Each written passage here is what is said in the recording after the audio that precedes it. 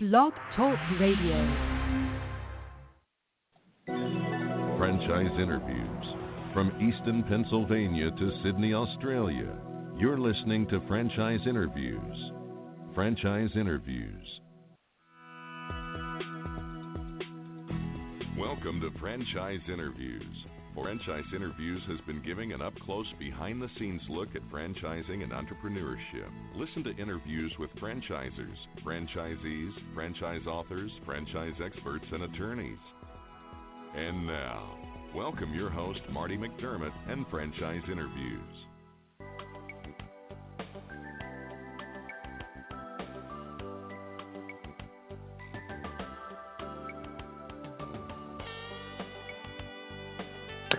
Hi, everyone, and welcome to a very special edition of Franchise Interviews, where for over 11 years now, we've been asking the entrepreneurs one-on-one.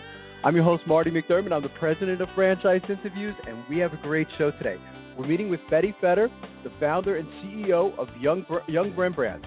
And Young Rembrandts is a recognized leader in art education, offering a curriculum focused on teaching children to draw using demonstration and a structured step-by-step process. I'm going to talk to Bette about that in just a moment on Franchise Interviews. So stick around because we have a great show.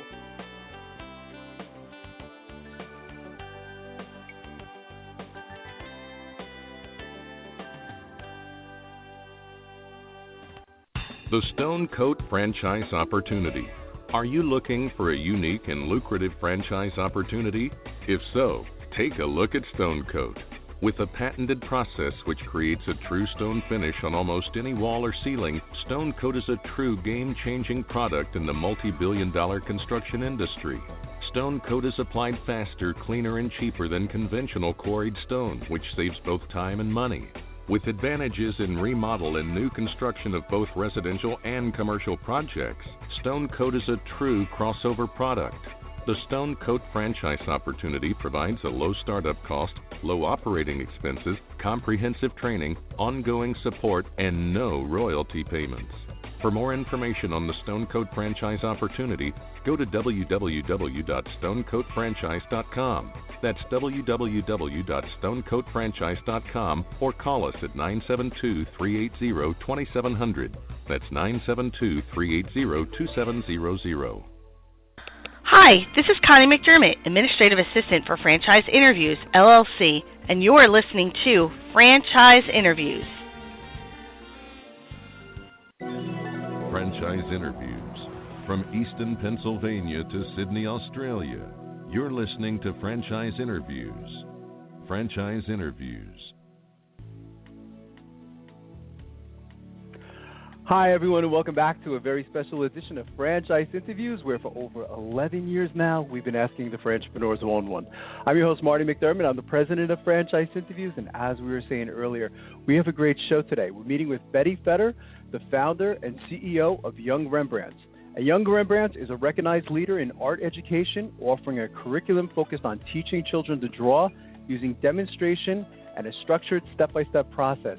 Hi, Bette. How are you? Welcome to the show. Oh, I'm doing great. Thanks for having me. Oh, this is my pleasure, Bette. We would like to ask our guests, where are you calling from this morning? We are in the west suburbs of Chicago, Illinois. Oh, fantastic. And that's where Young Rembrandts got their start, didn't they, Bette? Yeah, very same town. I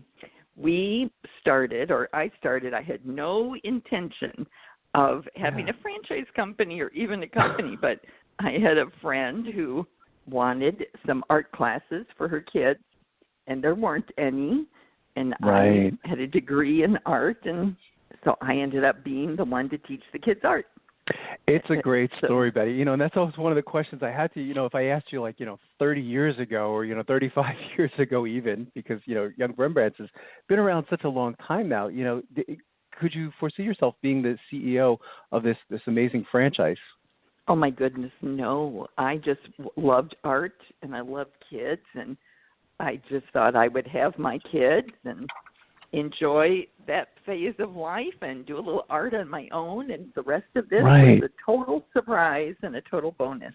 That's fantastic. And I have a 10-year-old son, Bette. I wanted to talk to you about this, and we, I played sports my whole life, and so I thought when I had a boy, that he was going to be just like me. He's want to play football and basketball, and he has absolutely no interest in sports whatsoever. He couldn't care less, But he has kind of like moved towards like things like art and music and things like that, and he has this appreciation for it. So we said, sure, we think it's great, but I think there's a lot of benefits though to art, isn't there? Like in taking these courses, I imagine like it makes the kids more confident. But what are some of the other benefits of taking these courses?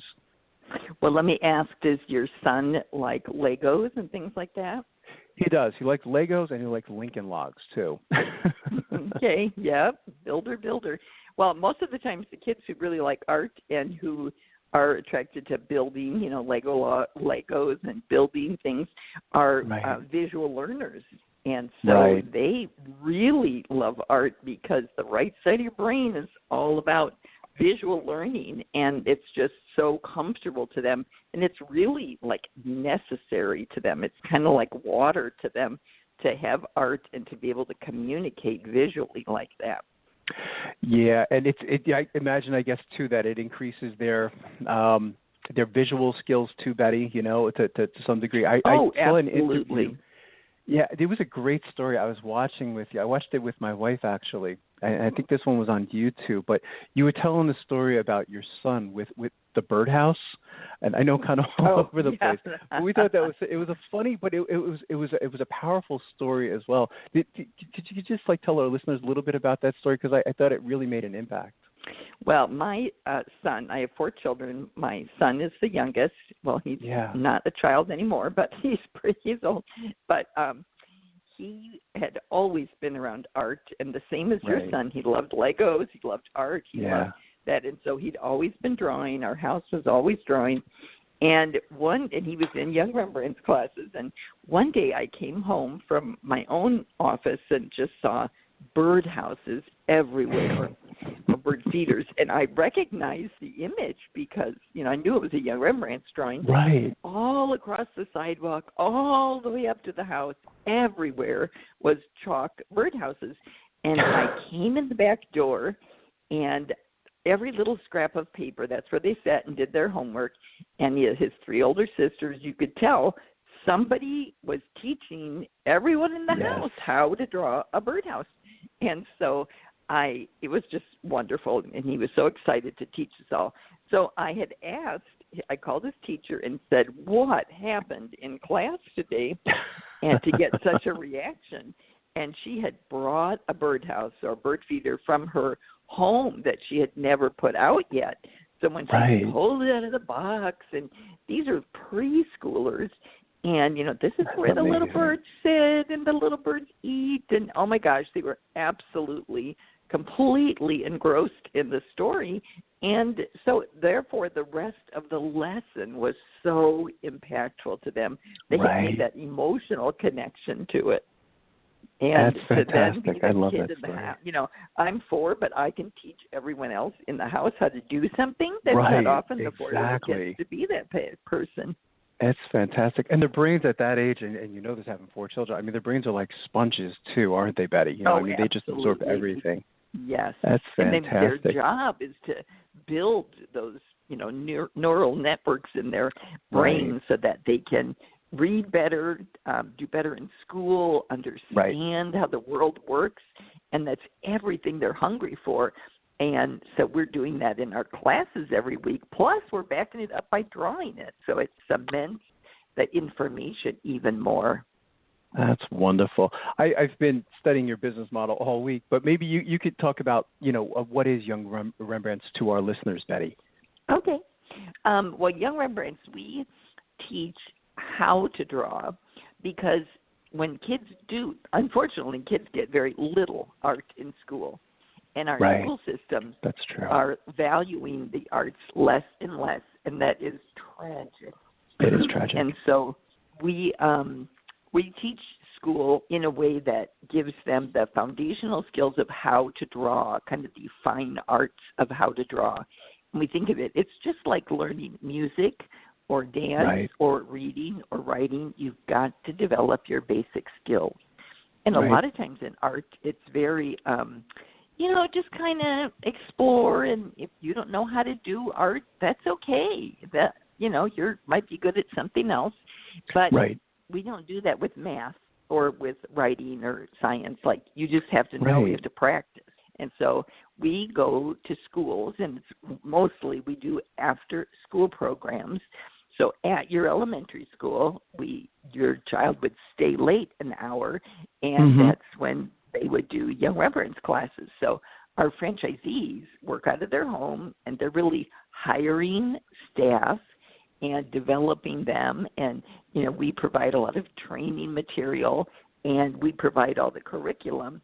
And then they make relationships with the schools in their area or park districts or daycare centers, and then they would assign a teacher to that account, and those classes go on, and they kind of oversee that, and they just get to more and more and more accounts so that we can get art into more children's lives.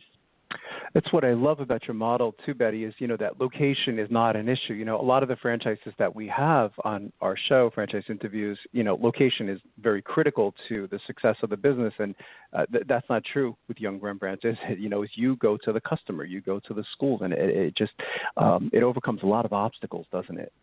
It does, and it makes it a very flexible. For me, when we ran the territory in the Chicago suburbs, for 13 years, my husband and I ran it as our family business, and it was a tremendous thing to do while we had 4 kids in school. Right. And so 13 years we did it, and made us very available for soccer, hockey, theater, music lessons, whatever it was. And then we started to franchise in 2001. As our kids got older, and it was like, okay, we could travel a little more, do a little different things. So. But then it turns out it's a great thing for other families that when they buy a franchise, they really appreciate that flexibility also. That's what I loved about this story when I was reading about you is that, the business, it did start at your kitchen table, didn't it? With the neighborhood kids, yes. And it's just amazing how it just exploded into, this big business. Maybe you could talk about, some of the highlights, Betty, as, after that kitchen table, and it became the business and how you kind of grew the business over the years. Well, I like to say I really had no intention of going into business or even having a franchise company, but I am smart enough that when I saw what I had, that I became very intentional about growing it and deciding what kind of a business we wanted it to be. So we started with these 8 kids, but I started with elementary age kids. And eventually a friend of mine who worked at a Montessori school, we're still friends. My daughter actually works at that Montessori school now. Oh, wow. She saw what our kids were doing, and she said, Betty, you're on to something. Like, other kids don't draw like this. And, I didn't know. This was my first time doing this. And she said, no, you're doing something very different, and you're getting, results. And so she invited me to come and teach at the Montessori school. And so I was really unsure about doing this with preschoolers, but I went, and I had worked at a Montessori school, and I did a lot of Montessori. It's an education theory at home with my own kids. And oh my gosh, the work that comes out of doing this with preschoolers is stunning. When you do it right, it is just phenomenal. And talk about hungry and sponges. Oh, my goodness. Preschoolers, the amount of language and fine motor skill, handwriting readiness, getting ready for kindergarten or elementary school. It's really stunning. And, we do 45-minute classes. So just to have a preschooler sit still for 45 minutes is a pretty good miracle. Right. But, I started at preschool. I did my own, I did about 200 preschoolers a week in class, and had my own 4 kids and was growing a business. And I look back now and I think, oh my goodness, I was a little intense. And good thing I was in my 30s. And but now, after that, I started hiring teachers. I started training. I started developing, all the pieces of the business just a little at a time. And like I said, we ran the entire, like the Chicago suburbs for 13 years, my husband and I, before we went to franchising. So we just really had a nice, healthy amount of time to grow a business before we went to franchising, which is people really appreciate. Our franchise candidates really appreciate, because we still have people in the business that were with us in some of those early times and when we owned our own. So it's one thing to have support because you read about it in a book, what's the right answer for your franchisee. Right. But it's another thing when you work the business and you know what they're doing every day, and you can, give them the kind of support and encouragement that they need because you understand what they're really going through. That's terrific. So Young Rembrandt started franchising in 2001, Betty. How did you know, at that time, I guess it was, the franchise, it seems like franchising is the appropriate model to really grow this business across, nationally. But how did you know at that time? I guess you were ready. I guess everything was systematized, and you went through everything that you could share your experience, knowledge, and train people to do this. Is that what kind of prompted you to say, okay, we can take it to the next level with franchising? Yeah, and you're right. It's all about systematizing. You've got to have this down. You really, when a person's buying a franchise, they should be buying kind of a business in a box. Here it is. Right. It's all ready to go. And so, we had a lot of that done. And, of course, there's always more to do. And Sure. we're also constantly upgrading. And, we have stayed extremely current in terms of technology and our marketing because, when I was first doing Betty's art classes, you send in a little permission slip and $20 in cash, or Sure. Nowadays everything's online. Your mobile website and your registration is electronic, and your payment and all of that. And so we have a lot of very current email marketing didn't even exist when I was doing right. this. That's true. And right. so much has changed, but we are very true to who kids are and how they learn best, but we're very contemporary in terms of how we deliver the curriculum, the experience for the parent, for the child, the marketing, and all that. That's terrific. So you have this big milestone coming up. I was interviewing this very wise man on the show many years ago, Betty, and he said, that you sometimes when you made it, when you hit this 25-year mark, and here you are. I mean, you're going to be celebrating your 30th anniversary. How are you going to celebrate the 30th anniversary? Which, congratulations, by the way. It's a real milestone. Yeah.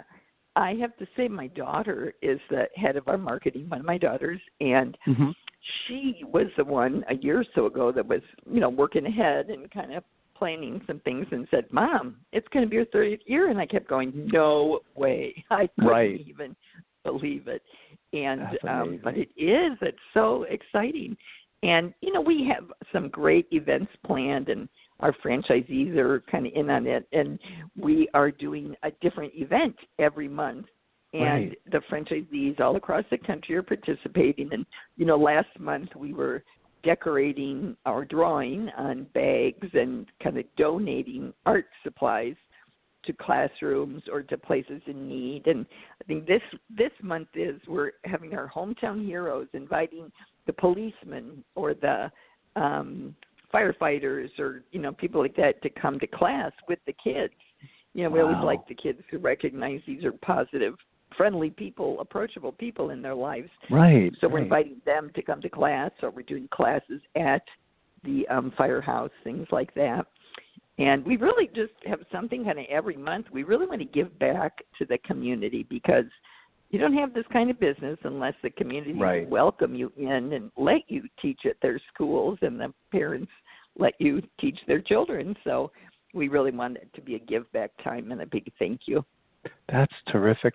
Your market is very huge, Betty. I mean, when we're talking about, the 3 to 12-year-old children category, I mean, it's a huge market. Do you ever see, like in the future, like it crossing over into, I see a lot more adults today even taking like art classes and things like that, because they say, it's very therapeutic and relaxing and things like that. Do you ever see that happening at some point? Or, I mean, right now, really, I guess you have enough to handle with the 3 to 12-year-old market. But do you ever look in the future? Yeah, and we think about, there's adults, there's seniors. There's, all kinds of this coloring book craze, isn't it? But we are starting with coloring pages on our website. People can buy some coloring pages for their kids, which are beyond what's out there anywhere on the Young Rembrandts site. But, we think that there's just not enough art for kids. So we really don't want to get distracted off of that purpose.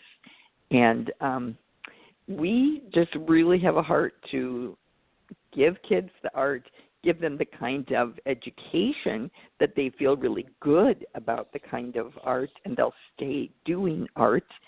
And the kids that, they don't want to do sports, they don't want to do other kinds of things, and this is their niche. And so just give it to them. And they may love sports and this, but there's just not enough opportunity for kids in the arts. And so we that's going to stay our focus. And we see, oh my God, the difference in a child after even one lesson in their confidence, in their joy, their hunger for more, it's just delightful.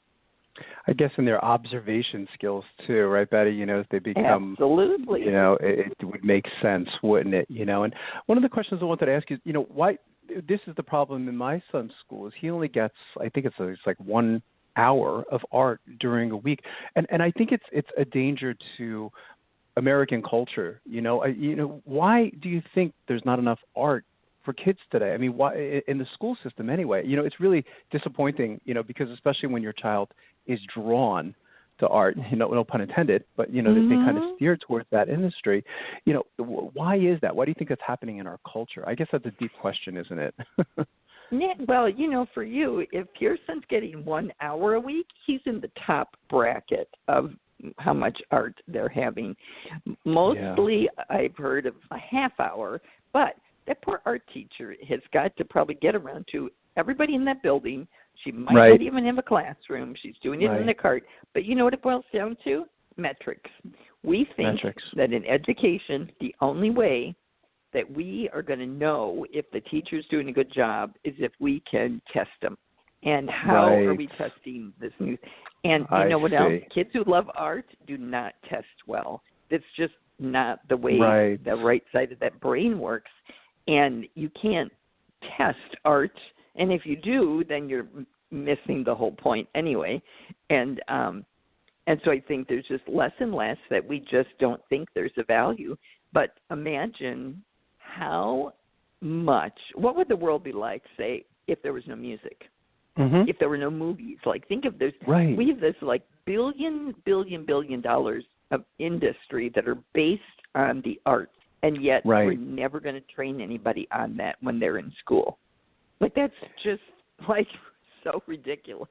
It is ridiculous, because, I think that's what our culture has been based on. When you look at the history of our culture, even the world culture, it's based on art and music and things like that. And it's really such an important part of our society, and when you see them take that away, I think it's dangerous and scary, when you look into the future. And that's why I love your business model so much, because you're really fulfilling a need in the market.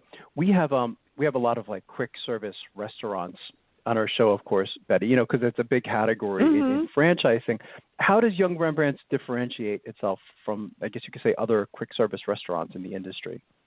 Well, the nice part about franchising are there's so many different franchising now, and there's, most people always think like franchising, that's like McDonald's and that. Well, but when you really look at franchising, it's absolutely stunning, really, what kind of businesses are available in franchising. It's true. And it's great because it's a wonderful business model that you can, you could be an accountant or there's just about any industry.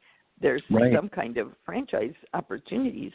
And it's great because you've got support, you've got a brand name, you've got like the business part in a box. There's ways to expand from your current whatever niche you're in. And so franchising is such a great business model that it's pretty exciting how many different kinds of opportunities there are. It's true. I'm always surprised, Betty, at some of the different industries popping up, that start franchising their business, and you say, why not? If it's been systematized and you can teach it to someone, and I'm sure there's a lot of people out there that say, oh, I can do this myself, but not really, right? Because, you've been through everything and anything over those 30-year period of time, that your franchisees don't have to make the same mistakes that your business made maybe early in the beginning, exactly. And you can, of course, you're giving them like a jump start. Yeah. Exactly. And for us, too, I'm sorry. Oh, no, well, go ahead. We're developing all the curriculum. And so we have this absolutely stunning amount of curriculum, and that's our product. And the franchisees are hiring great people that already know art, but that will be able to teach well and deliver the curriculum. But so they get a lot for being in. And then in Young Rembrandts, I have to say, our support is phenomenal because I think, we're just all a bunch of teachers at heart. And so, for us having franchisees is just like teaching kids. We have such a heart to give what they need in order to be successful that we're just so excited. And we always just rank our franchisees are very, we are a happy group and very supportive of each other and sharing best practices and new things that we found out. And, if you're doing it alone, it takes a long time to find out some of those, great things that we could maybe talk about on one conference call, and you'll get 3 new tips that'll, really jump your business. So that's groups interesting. are good when they're sharing. Groups are great. And the sharing, I guess over the years too, you've had the sharing of best practices, Betty, from your other franchisees where they, they might have learned something. They say, oh, I never really thought about that. And then you can share it with the rest of the franchisees, and there's just so many benefits to franchising. You mentioned some of the characteristics I was thinking about, as far as like maybe teaching and of course having a positive, happy attitude. What types of characteristics do you look for in your franchisees? I guess that might be some of them, right? Teaching, positive attitude. Well, and the franchisees don't have to be teachers and they don't have to be artists. We get asked that a lot. But it's that I think the number one thing with our franchisees is there's just this passion to give back to the community. That so many times we have our franchisees candidates come and say, I did this career, because I should have, or I did this, but now I want something for me. I want something personal. I want something that really matters that I did this. And so, they don't want a dry cleaner. They want something that's more satisfying. And it's considered now, I think a common term is social entrepreneurship. And so it really impacted people in a little bit different way than some businesses might. And for us, when you're working with people that's their goal, they want a way to give back, a way to make a difference. That's a pretty positive set of people. That's just a lovely group of people. That's terrific. What advice would you give to our listeners, Betty, in their quest to buy a franchise? Because you've been doing this quite a long time now, so you've seen a lot. And when as we were saying early in the beginning, a lot of our listeners, they kind of have it in their mind that they want to get into franchising, but they see that there's so much out there, so it's a little bit overwhelming in the beginning stage when you start to look for one. From everything you've learned up to this point, what advice would you give to our listeners in their quest to buy a franchise? I would say you'd be absolutely amazed by how many options there are, but don't go for the quick, this thing that I'm going to do this and I'm going to make a fortune and blah, blah, blah. It's really about what suits your characteristics and what suits your desires. And something could be the absolute best franchise out there, but it doesn't mean it's the one for you. And so it really is a combination of lifestyle and your goal and your different goals at different times of your life. And so, I think there's this great saying in the franchise industry, you are dating the franchise salesperson. Yes. So you could be hearing the best stuff and everything's great. But in the end, you're going to marry the support team. Right. Because for the next 10 years, those are the people you're going to count on to help you out, to train you, to give you backup, the tools. And if you don't feel really good about that support team, then that might not be the franchise for you either.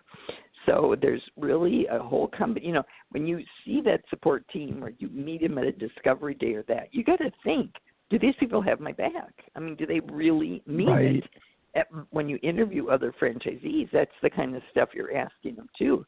Does the business model work? Does the product work in the market? Is there a need? And am I going to get the help that I should be getting if I have a franchise? Yeah, that's so important. We see these lists all the time of the top 10 franchise opportunities or the top 500 franchises, and I always tell people, that's good, but those might not be the best match for you, and I think that's what happens sometimes is people see these lists, they say, okay, I want the number one franchise in the United States, but that might not be a good fit for them, and they might not be passionate about that or enjoy that type of business, and so it could be difficult. So that's why I think that advice you just gave to our listeners is really powerful, Bette. Where is Young Rembrandts looking to grow within, I guess, the United States or even maybe the world, Bette? Well, we do have territories still open. I think we're about halfway in terms of where we'll kind of max out in the U.S. and Canada.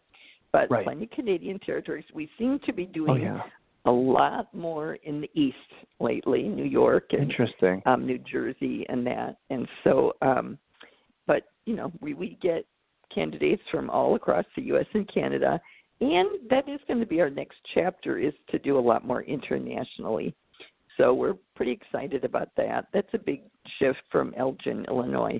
And you know what else? Recently, my family, my husband and I, bought back our original territory.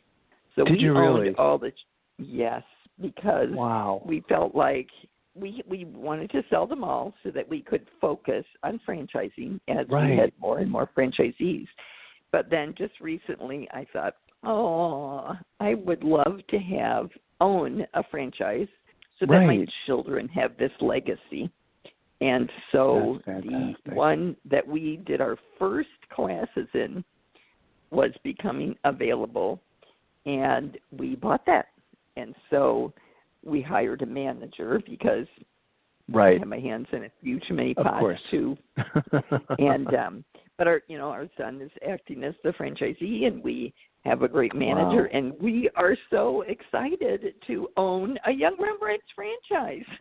That's fantastic to get back to that again from where it began. It just it sounds like in listening to you, Bette, it's such a feel good, rewarding type of business, and I always love those business models where yes, you can make a significant amount of money doing this, but it's also you feel good at the end of the day, don't you?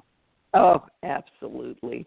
Absolutely. And all of our franchisees, at our conference every year, we always have a place where we kind of take a few moments to reflect and write down. We have everybody write down some stories about why they love what they do. And, oh, my gosh, get the Kleenex out. It's just a tearjerker in just the way it changes children and impacts children. And to have a whole group of people who are set to do that, it's just my biggest joy in 30 years of this is I got to spend my life doing something so significant, so impactful, like it really mattered what I did every day. And to touch lives, the franchisees, the teachers, the students, whoever, what an honor for that to be what I got to do all these years. It must be an amazing feeling for you, that you've had this ability to change children's lives and, of course, even people that wanted to go into their own business. It wouldn't have happened, unless there was that kitchen table, where it all began, and it's such an amazing story. It's become one of my favorite stories in 11 years of doing this show. What's the best way for our listeners, Betty, to get more information on Young Rembrandts, of course, there's the franchise opportunity, but even the service itself, are there any websites that you would like them to go to? Yeah, so we actually have two different ones, but they will connect, of course. But if you're looking for classes or more information of how to get a class to you, or where's a class nearby, it's just youngrembrandts.com. That's fantastic. I really enjoyed talking to you, Betty. Okay. Any other websites I think include? So youngrembrandts.com. Well, I was going to say Young Rembrandts franchise if you're and Young Rembrandts interested franchise. in That's important too. Because I have a feeling a lot of people are going to want to go to the website after listening to this interview. You know, I've really enjoyed talking to you. It's been a privilege, and I'd love to have you back in the near future as Young Rembrandts continues to grow, Betty, because this is a wonderful franchise opportunity. Thanks so much, Betty, for coming on the show. And we'll be right back with more franchise interviews.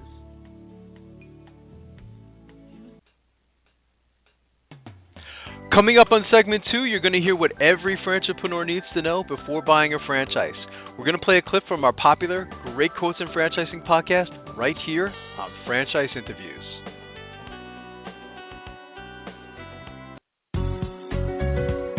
Are you looking for a franchise that delivers?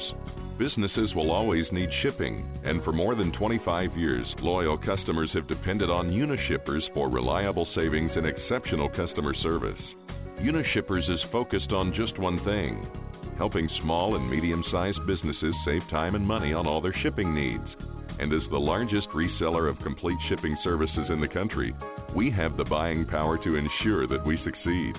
The Unishippers franchise offers low startup costs, no equipment or real estate required because they're not retail, residual income, and a quality of life and work-life balance.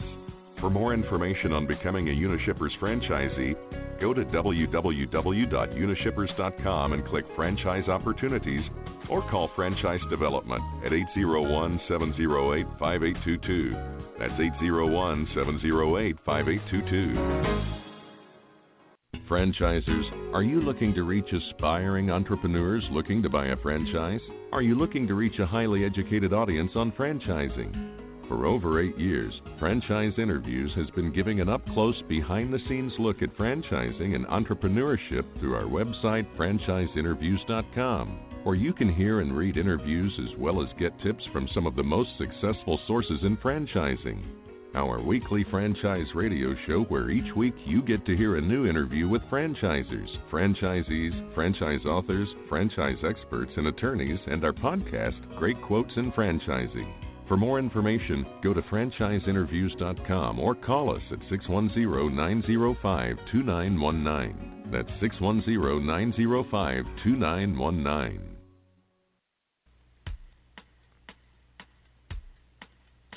Hi everyone, this is Marty McDermott, the president of Franchise Interviews, and welcome to another edition of Great Quotes in Franchising, where each podcast you get to hear a great quote in franchising. Well, one of the shows I strongly recommend listening to if you're an aspiring entrepreneur is Stop Riding the Pine. And the show is hosted by Jamie J. And Jamie is an amazing interviewer. He speaks with entrepreneurs on a variety of topics. And I had the pleasure of appearing on Stop Riding the Pine. And one of the topics that Jamie and I were focusing on were key elements to successful franchising. So this particular clip of Great Quote in Franchising, we're going to call this There's No Creativity in Franchising, and we're going to explain why. What do I want this franchise to do for me? Why are you considering getting into franchising? Because, a lot of times people that get into franchising, Jamie, I think probably should not get into franchising. They'll go into it for the wrong reasons. Well, they'll see the success of one franchise and they'll say, God, I wish I owned one of these. But that doesn't mean that they should necessarily buy into a Dunkin' Donuts franchise. And sometimes they go into the wrong franchise opportunity. So they might be suited for a franchise, but they're getting into the wrong franchise, So I think you really have to be open, to all the different categories that are out there. Again, going deep within yourself and asking yourself, what do I want this franchise to do for me? If you don't want to work on weekends, then don't get into one of these like children franchises where they're real busy on Saturdays or Sundays. So you have to say, what do I want it to do for me? And you ask yourself those deep-rooted questions.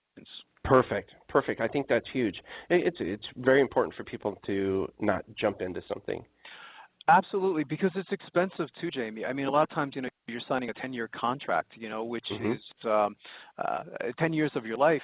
It's a long time, isn't it? I mean, it's Oh my almost gosh. like I won't compare it to the sanctity of marriage, but Right. sometimes it goes further than that, I mean, having that 10-year commitment, so it is a very big commitment financially. It's a big commitment. I think you have to have the support from your family, whether it's your wife and your children, because the first year, typically from what I've learned in doing this show such a long time now, is it takes a long time to get it off the ground. Even if it is a Subway franchise or a very recognizable brand name, you're still going to be putting a lot of work into it. So Right. you might be missing that time from your family. And sometimes people get into franchising for the wrong reasons as well. Maybe they'll have a bad day at work, and they say, "Oh, I hate my boss." I'm out of here. I want to be my own boss. And again, franchising may not be the best alternative for that type of person. There's so many different types of levels of entrepreneurship. Franchising is just one. I mean, you could just initially start your own business where you get to be the creator. There's I hate to say this, but there's no creativity in franchising sometimes. I mean, you have to follow somebody else's creation, and that's okay for some people. For me, it wouldn't be. And I'm assuming in getting to know you over time, you might have trouble with that as well, because again, you like to create. I couldn't get outside of the structure, but I understand why that would be a good thing, because exactly, okay, they've been there, they've done that. You won't make the same mistakes that the original franchisor made, because they found the solutions along the way, and that's part of the attraction for franchise. Exactly. I published. It sounds like I'm bragging, Jamie, but I just got one of a paper published in. You deserve it. A journal. If you'd like to hear that whole interview with Jamie J of Stop Riding the Pine, all you have to do is go to stopridingthepine.com, and you can hear the whole podcast. And lastly, we just want to thank everyone for making this podcast such a big success. It's hard to imagine that we've been doing it now 10 years ago. It was one of the things I was talking about with Jamie on the show, is the longevity of the show. Is what started out to be a 1-month project turned out to be 10 years. So I just want to thank everyone for listening to the podcast and making it such a success. So thanks, everyone. We'll see you again soon with another edition of Great Quotes in Franchising from Franchise Interviews. Take care, everyone.